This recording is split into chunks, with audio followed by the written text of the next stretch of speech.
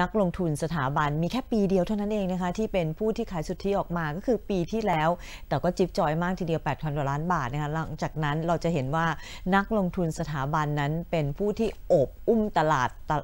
หลักทรัพย์ไทยมาโดยตลอดเลยนะคะเพราะว่าในยามที่นักลงทุนต่างประเทศนั้นมีการขายตลาดหุ้นไทยออกไปนะคะแล้วก็ไม่ค่อยจะกลับมาเท่าไหร่นั้นการซื้อขายของนักลงทุนสถาบันน่าสนใจไม่น้อยทีเดียวนะคะโดยเฉพาะในช่วงนี้เป็นช่วงที่หุ้นไม่ไปไหนนะคะก็จะขึ้นก็ไม่ขึ้นจะลงก็ไม่ลงและอัตราดอกเบี้ยก็ยังอยู่ในระดับต่ำวันนี้เราจะลองเปิดพอร์ตของกองทุนรวมเขาดูแล้วกันนะคะว่าตอนนี้เขามีการสะสมหุ้นอะไรบ้างเป็นหุ้นประเภทไหนและสิ่งที่สำคัญนะคะกลยุทธ์ที่เขาใช้ตอนนี้สร้างผลตอบแทนให้กับผู้ถือหน่วยลงทุนนั้นเขาใช้กลยุทธ์อะไรรวมไปถึงที่เขาจะมองให้กับเราด้วยนะคะตลาดหุ้นไทยปีนี้และปีหน้าเศรษฐกิจด้วยมั่นใจมากน้อยแค่ไหนนะคะในเบรกแรกนี้ค่ะดิฉันพูดคุยกับคุณชวิดานะคะหานรัตนกูลค่ะกรรมการผู้จัดการและประธานเจ้าหน้าที่บริหารของบริษัทหลักทรัพย์จัดการกองทุนกรุงไทยจำกัดค่ะสวัสดีค่ะคุณชวิดาค่ะตอนนี้ไม่แน่ใจว่ากองทุนรวมอึดอัดด้วยหรือเปล่าฮะ ในภาวะตลาดหุ้นแบบนี้เป็นธรรมดานะคะจริงๆเวลาเราลงทุนให้ investor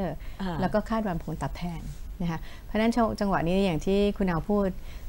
เป็นอะไรที่ไม่ได้เกิดขึ้นกับเมืองไทยมาพอสมควรเพราะปกติตลาดไทยเนี่ย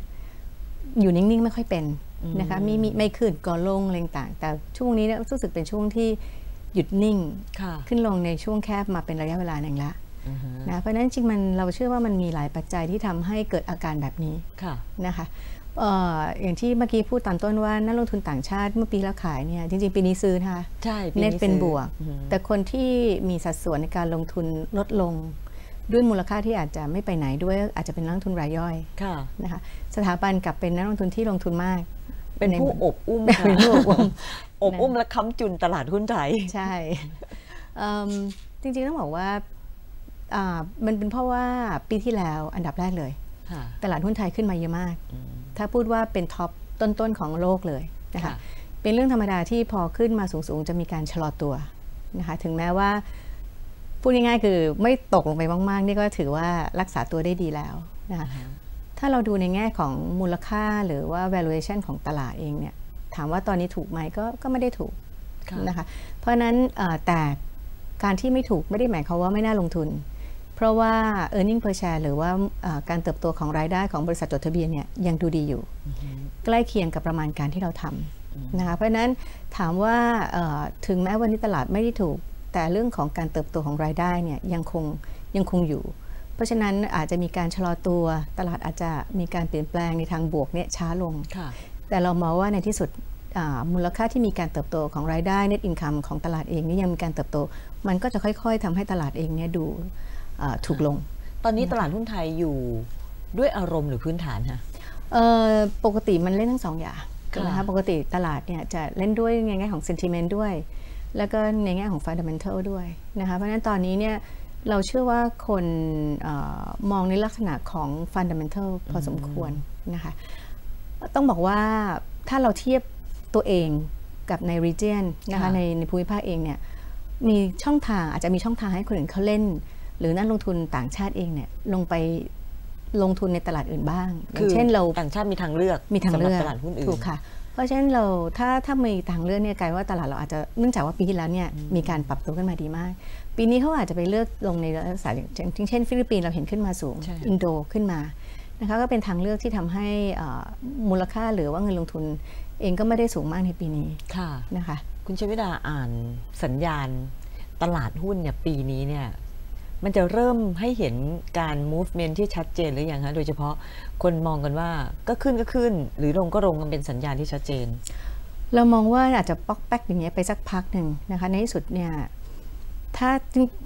ถึงกลางปีแล้วเรายังเห็นทิศทางในการถ้าในแง่ของพื้นฐานนะคะยังโอเคอยู่แต่ด้วยความที่เซกเตอร์ใหญ่ๆเองเนี่ยซึ่งเป็นตัวหลีดตลาดอาจจะเจอภาวะชะงักนิดหน่อยสมมุติว่าอย่างเราดูตัวอย่างเช่นแบงก์เองล้วนโกรธอะไรก็ไม่ได้มีการเติบโตอาจจะทำให้มูลค่าจริงๆในอนาคตก็อาจจะมีการคนเริ่มมองแล้วว่า valuation ตรงนี้อยู่ถูกต้องหรือเปล่าหรือเหมาะสมหรือยังก็กลับมานั่ง revise หรือว่ามานั่งปรับดูว่าควรจะลงทุนต่อหรือว่าจะ รอให้มีการปรับอะไรต่างๆนะอันนี้คือเป็นปัจจัยที่เกิดขึ้นกับภาวะชะงักงานของอุตสาหกรรมด้วยนะคะโดยเฉพาะปีนี้เนี่ยเราจะเห็นว่าเป็นปีที่เร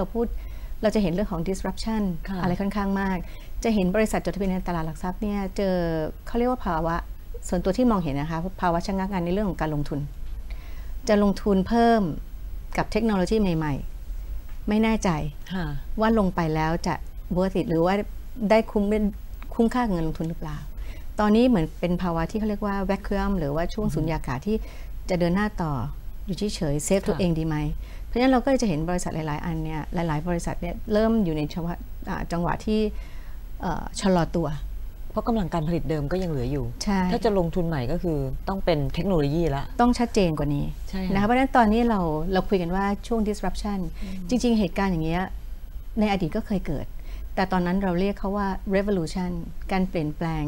ในอุตสาหกรรมครั้งใหญ่เคยเกิดขึ้นในตลาดใหญ่ๆของโลกนี้เคยมีมาแล้วนะคะแต่คราวนี้เราเรียกว่า disruption เพราะว่ามันเกิดการเปลี่ยนแปลงอย่างค่อนข้างรุนแรงและรวดเร็ว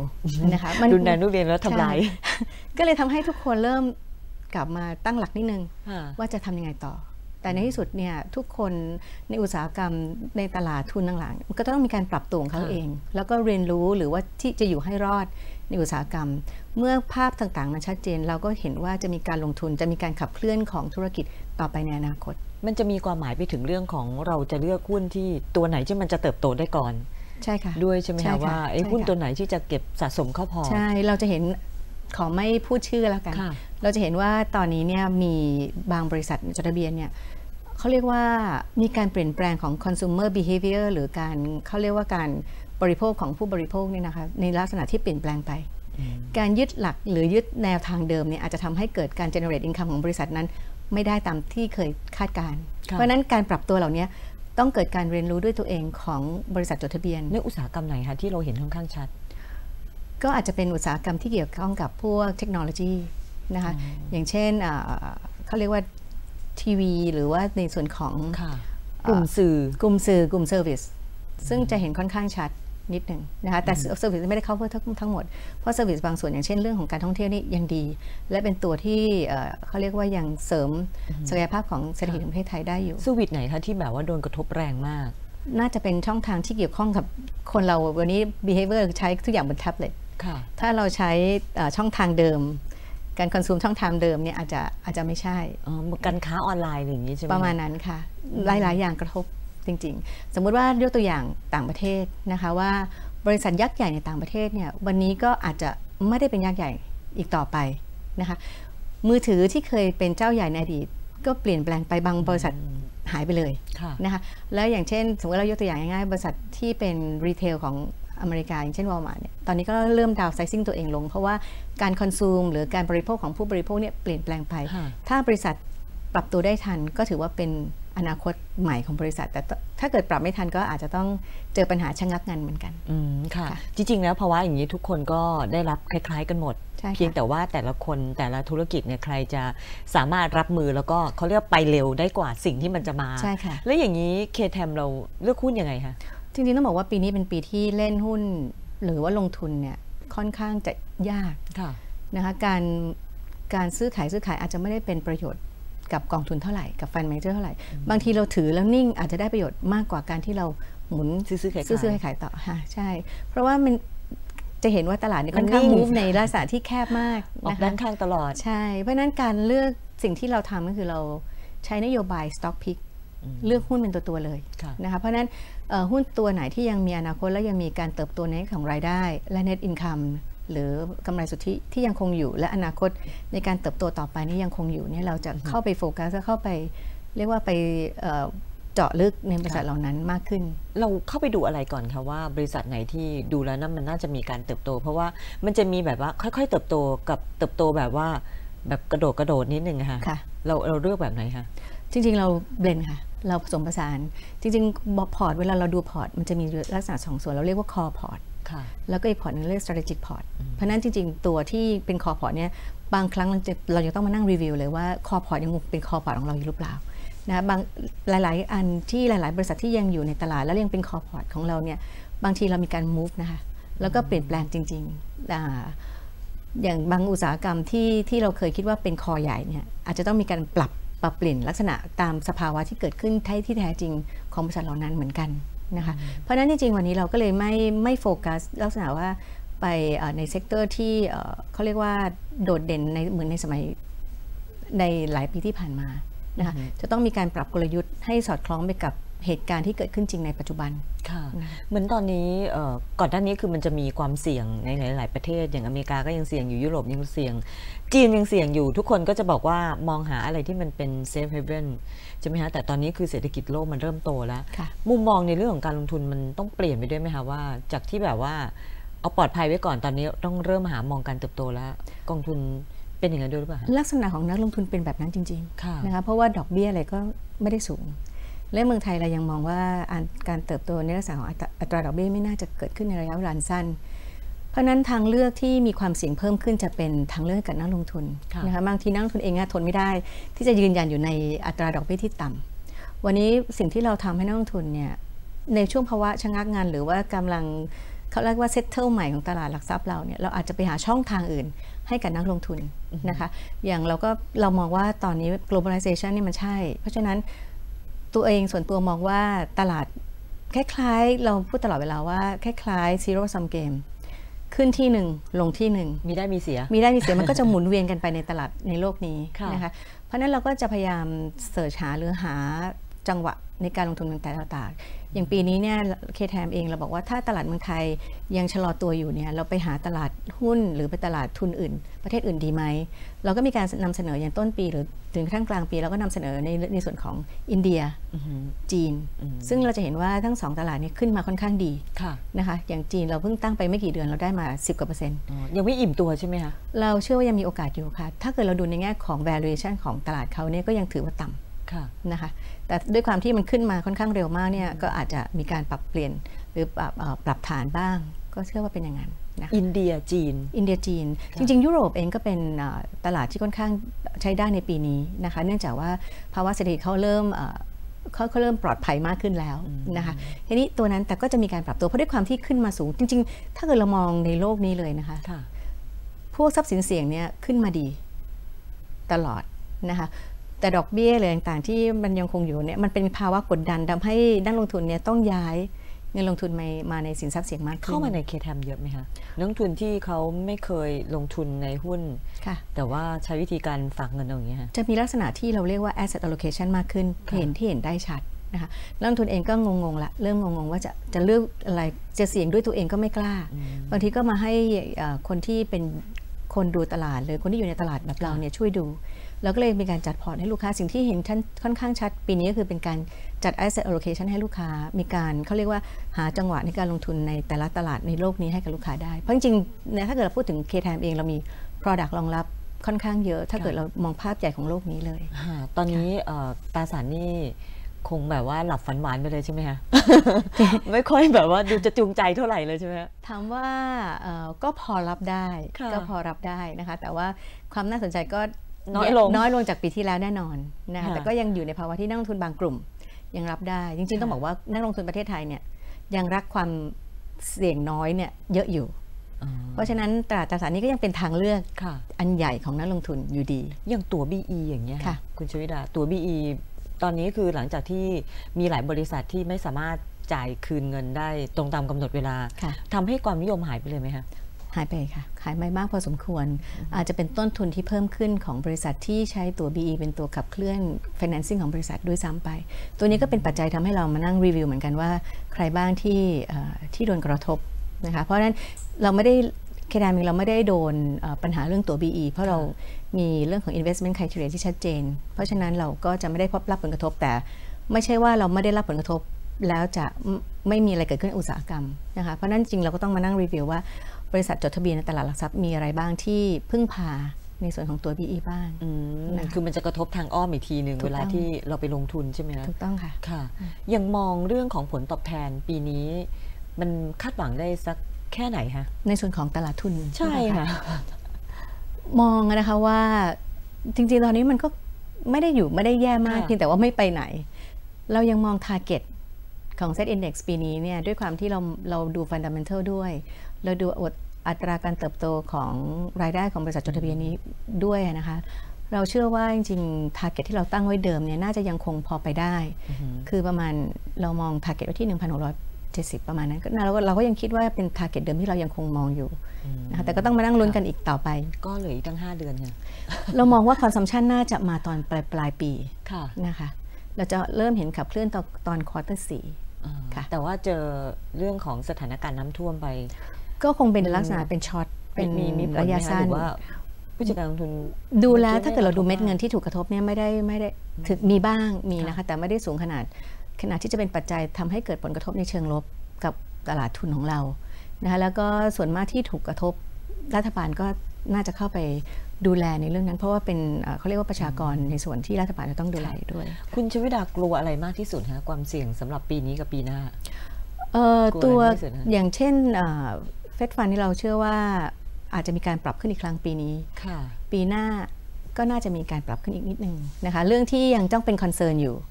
ก็คือเรื่องของการถอน QE ของสหรัฐนะคะอย่างที่เราได้ข่าวกันเรื่อยคราวนี้จริงๆเรามองว่าถ้าถอนในลักษณะที่มีการพูดออกไปในตลาดสื่อสารให้นักลงทุนทราบนี่คือค่อยๆถอนอย่างนั้นเราไม่กังวลแต่หากถอน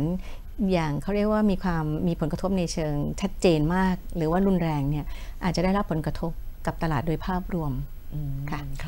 ไม่น่าจะเกิดปีนี้น่าจะไปเกิดปีหน้าปีนี้ไม่น่าจะเห็นผลกระทบเพราะว่าจริงๆ price in หรือว่าเราประเมินภาพเข้าไปในตลาดแล้วพอสมควรค่ะงั้นปีนี้ซื้อหุ้นได้หรือเปล่าคะถ้าเป็นตัวเองนะคะ ก็น่าจะสะสมน่าจะสะสมจริงๆเราไม่อยากจะให้ใช้เงินก้อนหนึ่งแล้วทุ่มไปณเวลานี้เวลาเดียวอะจริงๆต้องค่อยๆสะสมเพราะเราดูผลการดำเนินการหรือวิธีการลงทุนที่ค่อยๆสะสมอาจจะเป็นประโยชน์มากกับนักลงทุนมากกว่าการที่ทุ่มเงินไปในจังหวะใดจังหวะหนึ่งจังหวะเดียวค่ะเพราะว่าตลาดหุ้นที่เราเห็นกัน1,570นี่ก็คือเริ่มตีเข้ามาแล้วคือหมายถึงว่าเริ่มมีแรงซื้อเข้ามาแต่ว่าพอจะขึ้นถึง 1,600 ก็ลงไปอีกฉะนั้นในช่วงกรอบอย่างเงี้ยเป็นช่วงกรอบที่กองทุนเข้าซื้อไหมคะหรือว่าก็รอดูเราก็ถ้าเกิดพูดถึงการลงทุนเราลงทุนค่อนข้างเต็มค่อนข้างเยอะพอสมควรนะคะตอนนี้ท่านไม่ถึงเงินสดเลยมีบ้างแต่ไม่ได้เป็นคือหน้าที่ของเราคือลงทุนเนี่ยไหมคะถ้ามีเงินเข้ามาก็ต้องลงทุนค่ะเพราะฉะนั้นจังหวะไหนก็ตามเนี่ยเราถือว่าต้องเป็นจังหวะในการลงทุนเพียงแต่ว่านโยบายหรือวิธีการของเราเนี่ยวิธีการคือเลือกตัวเลือกหุ้นเลือกบริษัทที่มีอนาคตที่สามารถ valuation ยังสามารถลงทุนได้เป็นปัจจัยสำคัญเวลาตลาดลงไม่ได้หมายความว่าทุกหุ้นทุกตัวในตลาดลงจะมีบางตัวที่เป็นซูเปอร์สตาร์หรือเป็นสตาร์ในภาวะนั้นเหมือนกันเพราะฉะนั้นถ้าเราเลือกถูกจังหวะมันก็เป็นโอกาสของนักลงทุนเช่นเดียวกันค่ะช่วงนี้เราเก็บ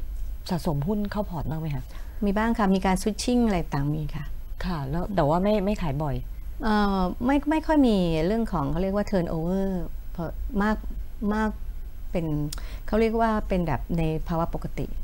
ค่ะเวลาช่วงหุ้นที่อยู่ในภาวะหุ้นขาลงคนจะถามกันว่าซื้อ LTF IMF ได้หรือยังแต่ว่าช่วงนี้ไม่ค่อยมีใครถามหรือเปล่าเพราะว่ามันจะนิ่งๆอยู่ในกรอบประมาณนี้มันถึงเวลาหรือยังคะที่มันจะต้องเริ่มซื้อ LTF IMF บ้างแล้วเราไม่มีใครทราบว่าจุด bottom คืออยู่ตรงไหนนะคะเพราะนั้นถ้าเราจะคิดว่าเราจะใช้เงินก้อนส่วนใหญ่ลักษณะของนักลงทุนคือไปลงทุนณสิ้นปีเลยซึ่งจริงๆฟันแมเนเจอร์อย่างเราเนี่ยไม่ได้เห็นด้วยกับการลงทุนลักษณะนั้นเรามองว่าวิธีการที่ปลอดภัยหรือเป็นประโยชน์กับ investor หรือนักลงทุนเนี่ยการค่อยๆทยอยลงทุนนะคะถามว่าเวลานี้น่าลงทุนไหมแล้วก็เราก็ยังมองว่ายังลงทุนได้ลงทุนได้ค่ะค่ะจริงๆตอนนี้หลายๆคนอาจจะมีเรื่องของแนวคิดในการเลือกโดยเฉพาะกองทุนที่เขาจะลงทุนทีนี้เวลาวิธีการเลือกนี่เลือกยังไงดีคะคุณจมิดาคะกองทุน LTF ใช่ไหมคะถ้าเป็นกองทุน LTF ไม่ต้องคิดมากเลยค่ะ เพราะก็ไปลดหย่อนภาษีได้อยู่แล้วลดหย่อนภาษีก็ประเด็นหนึ่งแต่ก็คงต้องดูผลประกอบการของบริษัทของกองทุนเหล่านั้นที่สามารถสร้างผลตอบแทนให้นักลงทุนได้เช่นเดียวกันนะคะLTF นี่คือยังไงก็คือลงทุนในตลาดหุ้นไทยอยู่แล้วนะคะเพราะนั้นก็อยากจะให้ดูเป็นปัจจัยสำคัญในการเลือกเหมือนกันสำหรับนักลงทุนค่ะแล้วดูจากในผลตอบแทนย้อนหลังก็ถ้าการพูดกันตามตรงผลตอบแทนเป็นส่วนหนึ่งในการคาแรคเตอร์หรือการเคลื่อนไหวของกอง LTF IMF บางทีเคยดีผ่านมาหลายๆปีแต่ปีนี้อาจจะไม่ใช่เพราะฉะนั้น วิธีการดูก็ต้องดูทั้งระยะสั้นและระยะยาวเช่นเดียวกันนะคะperformance ในอดีตอาจจะดีมากแต่ก็ต้องดูปัจจุบันด้วยว่าเป็นอย่างไรเพราะฉะนั้นต้องดู2 องค์ประกอบไปพร้อมๆกันค่ะถามทางคุณชวิดานิดนึงค่ะว่าอย่างกองทุนที่เราบริหารอยู่อะตอนนี้กองไหนคะที่แบบว่าให้ผลตอบแทนดีที่สุดเลยคะของเคแทมใช่ของเคแทมเนี่ยถ้าเป็นกองหมายถึงกอง LTF ใช่ไหมคะไม่ใช่ LTF ทั่วไปเลยค่ะเป็นกองต่างประเทศส่วนใหญ่เหรอคะเป็นกองต่างประเทศส่วนใหญ่เพราะว่าเราถึงบอกว่าเงินในการลงทุนของเราเนี่ยถ้าเกิดเราไม่มีโอกาสในการที่จะเข้ามาลงทุนในหุ้นไทยจริงๆแล้วเพราะว่ามันเป็นภาวะชะลอตัวเราไม่ใช่ว่าเราไม่มีทางเลือกให้กับนักลงทุนนะคะเรามีทางเลือกซึ่งเป็นตลาดอื่นซึ่งเราเห็น opportunity หรือเห็นโอกาสนั้นแล้วเราก็แนะนำให้ลูกค้าลงทุนนะคะอย่างที่บอกเมื่อกี้ว่าทุกการเคลื่อนไหวของเงินที่ขึ้นและลงมันจะต้องมีใครได้ใครเสียกันอยู่ในอุตสาหกรรมค่ะเพราะว่าถ้าอยู่ในตลาดหุ้นไทยก็จะอยู่ประมาณนี้กรอบประมาณ 20-30 จุดถูกไหมคะก็เลยต้องไปลงทุนในต่างประเทศกระจายคือเราเน้นเรื่องของการกระจายการลงทุนมากกว่านะคะอย่าไปพุ่งเป้าในการลงทุนตลาดใดตลาดหนึ่งบางทีนักลงทุนเนี่ยคุ้นเคยกับตลาดไทยก็จะโฟกัสหรือให้น้ำหนักให้ความสำคัญอยู่ตลาดหุ้นไทยตลอดเวลาซึ่งเรามองว่าการลงทุนปัจจุบันมีทางเลือกมากกว่านั้นนะเพราะฉะนั้นการที่คุณไปโฟกัสตลาดเดียวอาจจะตลาดหุ้นมันมีขึ้นมีลงถูกไหมคะบางปีขึ้นดีมากบางปีก็ลงเพราะฉะนั้นจังหวะที่ลงเนี่ยเราก็อาจจะต้องมีการกระจายออกไม่ใช่ว่าให้ลดหมดเลยแต่กระจายออกไปลงทุนในส่วนอื่นได้มันเป็น opportunity หรือมันเป็นโอกาสจริงๆสำหรับนักลงทุนซึ่งอันนี้เป็นหน้าที่ของเราที่จะต้องคอยดูให้ผลตอบแทนประมาณเท่าไหร่คะอย่างของที่เราแนะนำ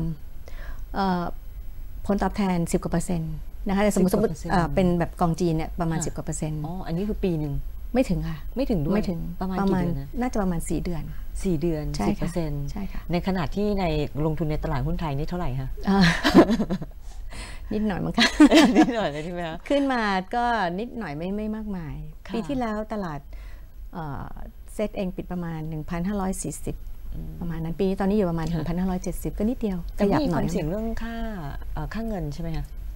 นี่รวมค่าเงินบาทที่แข็งค่าแล้วนะคะอ๋อนี่รวมแล้วใช่ค่ะหากกบลบนี่กันไปเรียบร้อยแล้วก็ยัง10 กว่า%ใช่ค่ะจริงๆแล้ววันที่5แล้วก็6นี้คุณผู้ชมก็จะมีตลาดนัดกองทุนรวมด้วยใช่ค่ะน่าจะเป็นอีกงานหนึ่งที่คนสามารถจะเข้าไปดูถูกค่ะใช่ไหมคะไปหาข้อมูลได้ค่ะเคทแทมก็ไปเหมือนกันไปค่ะเราก็ไปออกบูธเช่นเดียวกันแล้วมีอะไรไปวางที่บูธบ้างคะก็แน่นอนต้องมีบุคลากรที่เป็นคนคอยไปให้คำแนะนำว่าอะไรที่น่าสนใจในมุมไหนในเรื่องของการบริหารภาษีหรือเปล่าก็คือ LTF RMF หรือว่าในเรื่องของการลงทุนทั่วไปที่นักลงทุนบางท่านอาจจะไม่เข้าใจเรื่องของความเสี่ยงแล้วอยากจะลองลงอะไรเงี้ยเราก็อาจจะมีคนที่อยู่ตรงบูธแนะนำว่าเริ่มลงทุนแล้วเริ่มที่จะเข้าไปดูในสินทรัพย์เสี่ยงนี้จะลงลักษณะไหนดีถึงจะไม่ทำให้ตัวเองรู้สึกตกใจเมื่อเกิดภาวะที่ไม่เป็นไปตามคาดอะไรอย่างเงี้ยค่ะเมื่อสักครู่นี้คนอาจจะรู้สึกแบบยังกังวลอยู่นะคะว่าหุ้นไทยจะขึ้นได้จริงหรือเปล่าถ้าสมมติว่าจะเข้าไปลงทุนในช่วงนี้นะคะหรือจะรอให้ต่ำลงไปกว่านี้อีกทีนี้สิ่งที่คุณชวิดามองว่าปีนี้เนี่ยที่หุ้นจะขึ้นไป 1,670 จุดใช่ไหมที่เรามองเอาไว้เนี่ยมันจะมาจากอะไรคะฟันโฟหรือว่ามาจากแรงซื้อในประเทศเองคะก็คงต้องเป็นแรงหลายๆส่วนร่วมกันนะคะปีนี้เรามองว่าพระเอกของอุตสาหกรรมน่าจะเป็นนักลงทุนสถาบันที่ยังเข้ามาลงทุนแต่จริงๆเราก็ต้องการนักลงทุนจากส่วนอื่นด้วยเช่นเดียวกันไม่ว่าจะเป็นในส่วนของนักลงทุนรายย่อยหรืออะไรต่างๆที่เข้านักลงทุนต่างประเทศที่มีส่วนร่วมในการเข้ามาช่วยในการลงทุนนะคะตัวที่ขับเคลื่อนได้เรามองว่าตัวKTMเองเรามองว่าconsumption ที่เบาบางในวันนี้อาจจะเริ่มมีอัตราเร่งในช่วงปลายปีนะคะแล้วก็เรื่องของการ infrastructure หรือโครงสร้างพื้นฐานที่รัฐบาลพยายามผลักดันแล้วให้เขาเรียกประมูลต่างๆก็จะเริ่มค่อยๆทยอยในช่วงปลายปีนะคะแล้วมันก็จะมีการต่อเนื่องทั้งต้นปีและปีหน้าเพราะฉะนั้นหลายๆอย่างที่เราเห็นว่ายังมีโอกาสขับเคลื่อนเนี่ยก็จะมีจาก service sectorแล้วก็เรื่อง infrastructure นะคะแล้วก็เรื่องของ consumption ซึ่งน่าจะกลับมาได้ในช่วงปลายปีค่ะแล้วก็จะมีผลถึง 1,670 จุด ถ้าเราดูถ้าเป็นไปตามประมาณการเราคาดว่าน่าจะได้ค่ะเอาละค่ะคุณผู้ชมคะนี้เป็นเรื่องที่เราสอบถามผู้จัดการกองทุนกันว่าตอนนี้ทำอะไรก็แน่นอนถ้ามีเงินเข้ามาเขาก็ต้องเอาเงินเข้าไปลงทุนในตลาดหุ้นนี่แหละค่ะถึงแม้ว่ามันจะมีอยู่แค่ 20-30 จุดนะคะเคลื่อนไหวอยู่ตรงนี้แต่สิ่งที่น่าสนใจไม่น้อยก็คือเรื่องของการกระจายการลงทุนออกไปในต่างประเทศนะคะเพราะว่าถ้าเราจึงโตอยู่ประมาณ 2-3% แต่ว่าต่างประเทศถ้าเขาโตกันมากกว่านี้มันก็น่าสนใจเหมือนกันเพราะว่าพอร์ตก็น่าจะโตตามไปด้วยนะคะวันนี้ขอบพระคุณมากค่ะสำหรับคุณชวินดานะคะขอบคุณค่ะ